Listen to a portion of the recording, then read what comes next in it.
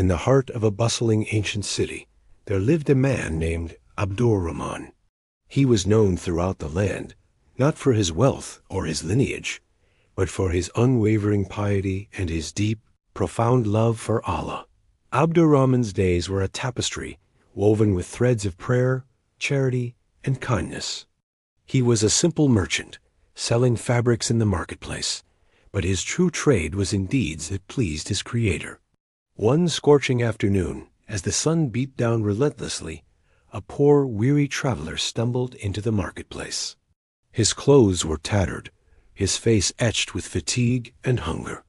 He went from stall to stall, quietly asking for a morsel of bread or a sip of water, but the busy merchants, preoccupied with their trade, waved him away. When the traveler reached Abdur-Rahman's stall, he was met not with a dismissive gesture, but with a warm, compassionate gaze. Before the man could even speak, Abdur-Rahman stood up, a gentle smile on his face. "Peace be upon you, my brother," he said warmly. "You look tired. Please sit and rest in the shade of my stall." Abdur-Rahman didn't just offer him shade. He brought out a cool clay jug of water and poured a cup for the traveler, whose hands trembled as he accepted it. Then Abdur-Rahman shared his own simple lunch, a piece of bread, a few dates, and some cheese. The traveler ate with a gratitude that filled his eyes with tears.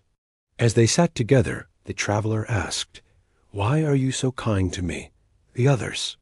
"They turned me away."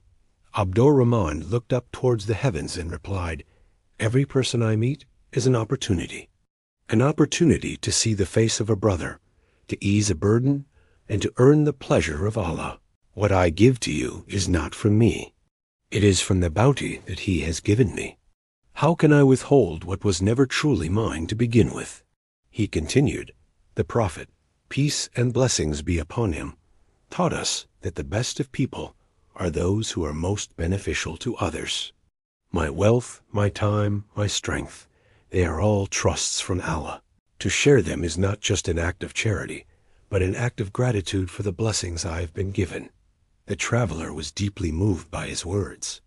After he had rested and regained his strength, he thanked Abdur-Rahman profusely and went on his way, his heart lighter and his faith in humanity restored. Years passed.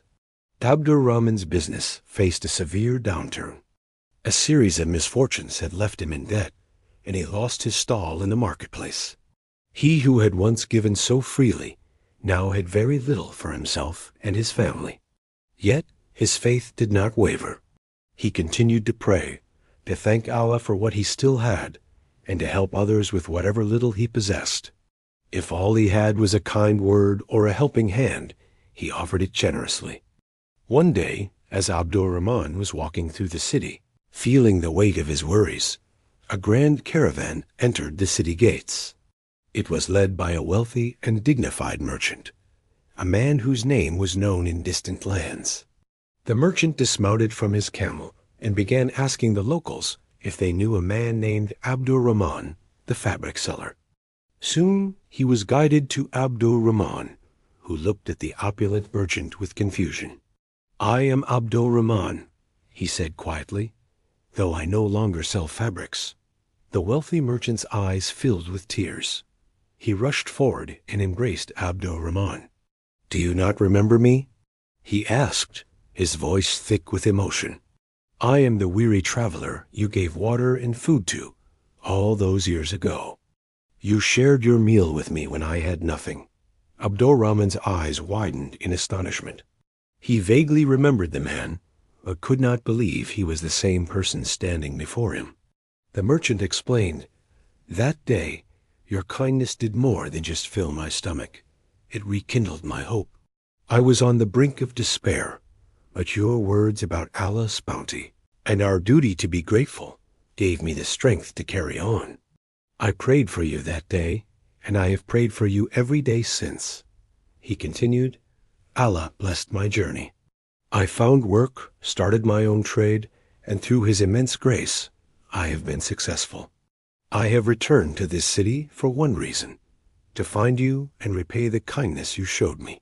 The merchant then presented Abdur-Rahman with a share of his caravan's goods, fine silks, spices, and treasures far more valuable than anything Abdur-Rahman had ever owned. "This is not a repayment," the merchant insisted, "for your deed was for Allah alone, and its reward is with Him. Consider this a gift from one brother to another." A small reflection of the immense good you planted on that hot afternoon. Abdur-Rahman was overwhelmed. He looked up, tears of gratitude streaming down his face. He had not given to the traveler, expecting anything in return. He had acted purely for the sake of Allah, trusting in His divine wisdom and reward. And now, at his lowest point, Allah had sent relief from a source he could never have imagined. The story of Abdur-Rahman became a beautiful reminder for everyone in the city. It taught them that no act of kindness, no matter how small, is ever wasted. An act done for the sake of Allah is like a seed planted in fertile soil. You may forget you even planted it, but Allah, the most gracious, never forgets. He nurtures it, allows it to grow, and returns its fruits to you when you need them most, often in ways that are beyond your wildest dreams. This story reminds us of the powerful verse in the Qur'an, "Is there any reward for good other than good?" Your good deeds create ripples that travel through time, and their reward, both in this life and the hereafter, is guaranteed by the most generous.